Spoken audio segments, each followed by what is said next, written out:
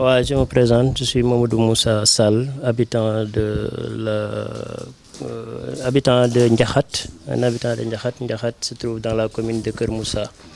Alors, monsieur, est-ce que rapidement, vous pouvez nous dire est-ce que vous en êtes avec votre combat contre l'usine de recyclage des batteries à Port? Oui, avec notre combat concernant l'usine de recyclage des batteries Ganisha à Plomb, nous avions mené beaucoup de combats auparavant, ce qui a abouti à la fermeture de l'usine le 27 passé, ce que nous avions bien salué, mais ce qui a un peu créé des petits problèmes. Ces derniers temps-ci, on a constaté que l'usine a réouvert ses portes parce qu'on constate qu'il y a des mouvements à l'intérieur. Ce qui a créé la panique et vraiment beaucoup de frustration au sein de la population. Quelles sont les mesures que vous avez prises après cette constatation? Bien, après cette constatation, on a, comme toujours, on est allé voir les autorités déconcentrées pour demander qu'est-ce qui se passe réellement. Est-ce que l'usine a encore eu une autorisation que nous n'avons pas, d'où nous ne sommes pas informés. Mais à notre grande surprise, quand on est allé voir les autorités déconcentrées, ils ont dit qu'eux, à leur niveau, ils n'ont reçu aucune information concernant la réouverture de l'usine. Et jusqu'à présent, au moment où je vous parle, l'usine est en train de travailler. Le ministre de l'Environnement dans tout ça? Ouais, le ministre de l'Environnement, nous, on ne peut pas dire beaucoup de choses concernant le ministre de l'Environnement parce qu'on a écrit plusieurs lettres d'audience, mais à chaque fois, le ministre ne nous a jamais accordé une audience. Et on sait bel et bien qu'il a reçu l'autre partie. Et c'est ce que nous déplorons aussi, vraiment.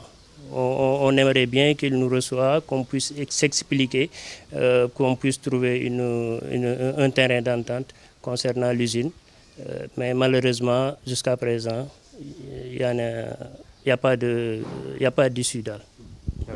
Êtes-vous le seul impacté dans la commune de Kermoussa? Si oui, avez-vous le soutien des autres quartiers ou villages environnants?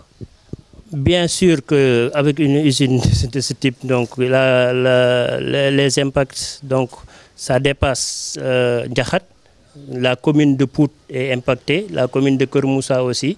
Ce qui le prouve, eux aussi, ils nous ont rejoints dans le combat, vu qu'on a même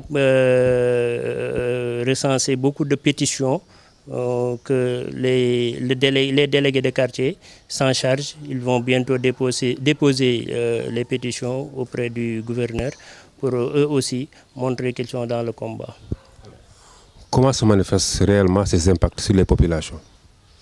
Voilà, les impacts, bon, on peut dire que comme on n'a pas des preuves scientifiques, vraiment, et on avait même demandé au ministère de la Santé de nous y aider, mais ce qu'on peut constater, c'est que actuellement au village, on avait constaté des avortements, le bétail qui meurt d'une manière qu'on ne peut pas comprendre.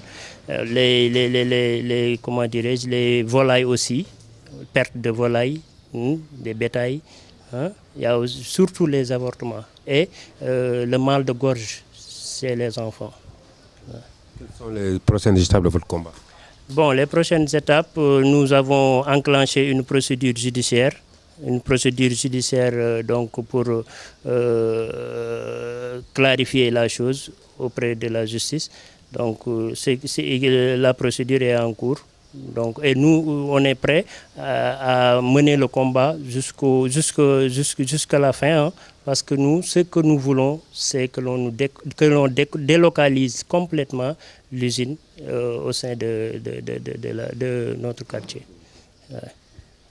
On a aussi prévu des actions citoyennes, à savoir des marches, des points de presse, tout ce qui peut nous aider à gagner notre combat. Inch'Allah, on le fera. Qui est derrière vous dans ce combat? Derrière nous, comme quoi? Non, on n'a personne derrière nous. On a la population, le soutien, les soutiens des populations environnantes qui sont eux aussi impactés. Ouais. Merci, merci.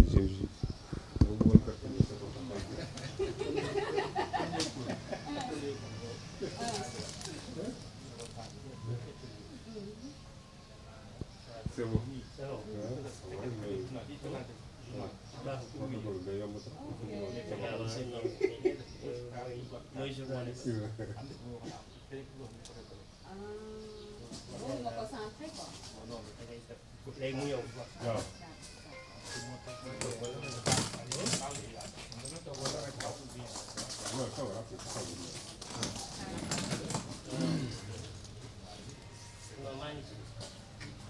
Micro bi dañu ko sama